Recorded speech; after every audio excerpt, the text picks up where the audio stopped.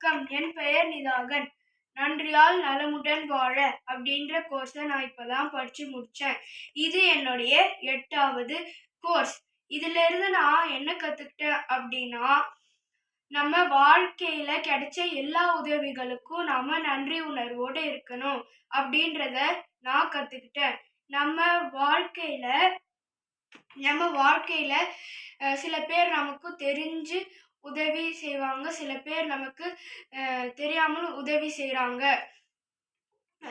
இயற்கை கிட்ட இருந்து நம்ம நிறைய உதவிகளை பெறணும். அதே மாதிரி நாம விலங்குகள் கிட்ட இருந்தும் நம்ம நிறைய உதவிகளை பெறறோம். அதனால நம்ம நன்றி உணர்வோட இருக்கணும் அப்படின்னு நான் கத்துக்கிட்டேன். எனக்கு இந்த கோர்ஸ்ல பிடிச்ச திருக்குறள் என்னது அப்படின்னா, துப்பார்க்கு துப்பாய துப்பாக்கி, துப்பார்க்கு துப்பாய தூவும் மழை. நாம் உண்ணும் உணவிலிருந்து வசிக்கும் வீடு வரை எல்லாத்துக்கும் தேவையானது தண்ணீர். இப்படிப்பட்ட தண்ணீரை உருவாக்குவது மழை. அதனால நாம மழைக்கு நன்றி உணர்வோட இருக்கணும்.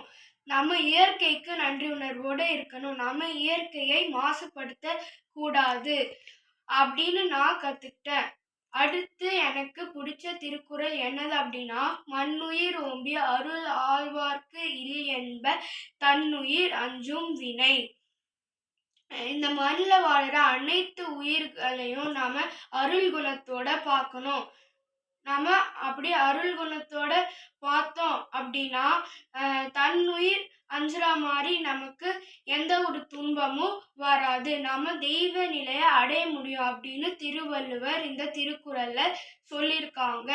மற்றவங்க இந்த கோர்ஸை ஏன் படிக்கணும் அப்படின்னா, நம்ம வாழ்க்கையில கிடைச்ச எல்லா உதவிகளுக்கும் எப்படி நன்றி உணர்வோடு இருக்கணும் அப்படின்னு கத்துக்க முடியும். இப்படிப்பட்ட வாழ்க்கைக்கு தேவையான உயர்ந்த கருத்துக்களை சொல்லி கொடுத்த திருவள்ளுவரையாருக்கும் ITSக்கும் என்னுடைய மனமார்ந்த நன்றிகள்.